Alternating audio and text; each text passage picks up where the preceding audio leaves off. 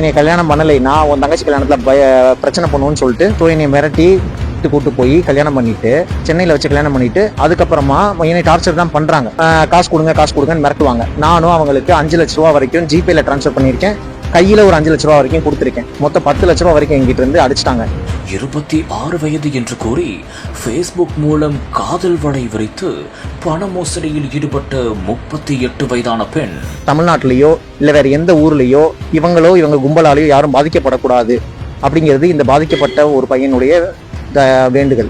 தேனி நகரில் வசித்து வருபவர்தான் 28 வயதான பெயர் வெளியிடப்படாத ஓர் இளைஞர். இவர் மருத்துவராக பணியாற்றி வருகிறார்.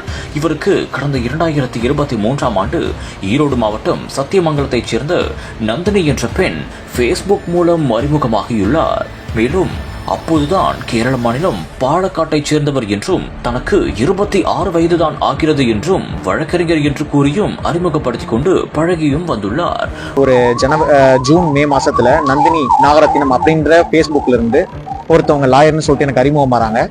அவங்க லாயர் அப்படிங்கிறதுனால அவங்க ஏதாவது டவுட், மெடிக்கல் சம்பந்தமான டவுட் என்ன கேட்பாங்க. நானும் மரியாதை நிமித்தமா அவங்க கேட்கறதுக்கு டவுட் கேன்சல் பண்ணிட்டு இருந்தேன். 3 மாதங்களுக்கு பிறகு மருத்துவ இளைஞரை காதலிப்பதாக நந்தினி கூறிய போது அதனை ஏற்க மறுத்து பெண்ணிடம் பேசுவதை நிறுத்தியுள்ளார் அந்த இளைஞர். தன்னை திருமணம் செய்து கொள்ள வேண்டும் என்றும் நந்தினி வற்புறுத்தியுள்ளார்.